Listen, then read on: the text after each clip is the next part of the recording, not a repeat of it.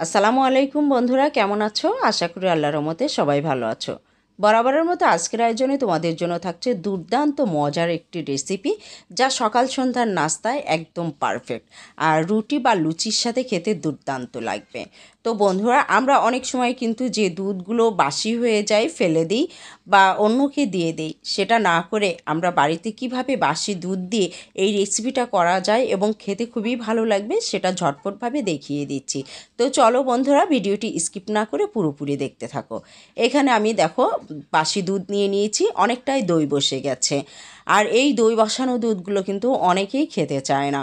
সকালের এই বাসি দুধ এখানে প্রায় আমার 500 ml পরিমাণ রয়েছে।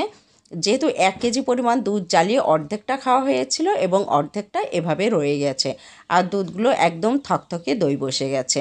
আর এই দইটা যেহেতু কেউ খেতে চায় না, একটু আনকমনভাবে একটু রেসিপিটা পাল্টে ফেলি, তাহলে দেখবে বাড়িতে কিন্তু সবাই খুব মজা করে খাবে।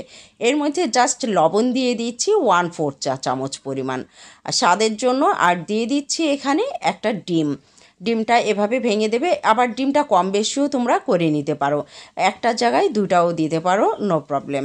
তো এভাবে জাস্ট এই উপকরণগুলো খুব ভালোভাবে ঘেটে নিতে হবে। তো ভালোভাবে ঘাটতে হবে যেন দুধ এবং ডিমটা খুব ভালোভাবে একসাথে মিশে যায়। তারপর আরও কিছু উপকরণ অ্যাড করে দিতে হবে, সেটা হচ্ছে মিষ্টতার জন্য দিয়ে দেব চিনি। যারা চিনি খেতে চায় না, এই ক্ষেত্রে কিন্তু মিষ্টিটা স্কিপ করতে পারো। আর দিয়ে দিচ্ছি এখানে 1 পিঞ্চ পরিমাণ এলাচের গুঁড়া।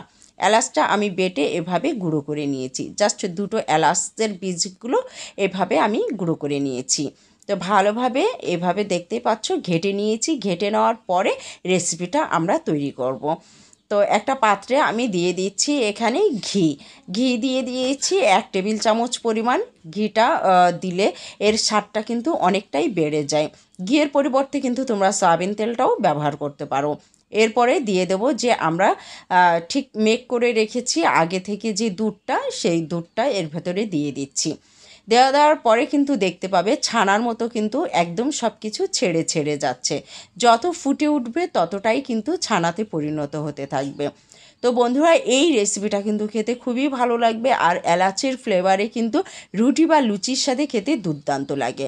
তো আশা করি আজকের পর থেকে তোমরা বাড়িতে কোনো বাসি দুধ ফেলে দেবে না। এভাবে যদি তৈরি করো, বাচ্চাদের টিফিনেও দিয়ে দিতে পারো এবং বাচ্চারা খুবই পছন্দ করবে। আর আমার কাছে এই রেসিপিটা কিন্তু খুবই ভালো লাগে খেতে। আর বন্ধুরা, আজকের ভিডিওটি কেমন লাগলো অবশ্যই আমাকে কমেন্ট বক্সে জানাতে ভুল করো না। যারা আমার চ্যানেলের নতুন, তাদের কাছে ছোট্ট রিকোয়েস্ট, চ্যানেলটিকে সাবস্ক্রাইব করে পাশে থেকো এবং ফ্যামিলি ফ্রেন্ডদের সাথে বেশি বেশি শেয়ার করো। তো বন্ধুরা, আশা করি আজকের রেসিপিটি তোমাদের কাছে ভালো লেগেছে। আজকের পর থেকে আর আমরা বাসি দুধ ফেলে দেব না। আর বাসি দুধ দিয়ে এই রেসিপিটা খেতে যে দুর্দান্ত লাগে তা আমি প্রমাণ করে দেখিয়ে দিচ্ছি। আর আমি মাঝে মাঝেই কিন্তু এই কাজটা আমাদের বাড়িতে হয়, অর্ধেকটা দুধ খেয়ে বাকি দুধটুকু পড়ে থাকে। তা আমি প্রায়ই এই রেসিপিটা তৈরি করি, আর খেতে দুর্দান্ত দারুণ হয়েছে। বন্ধুরা, একবার বাড়িতে ট্রাই করুন, আশা করি বাসি দুধ আপনাকে ফেলে দিতে হবে না। বাড়িতেই মজা করে এভাবে খেতে পারবেন এবং বাচ্চারাও কিন্তু খুব মজা করে খাবে।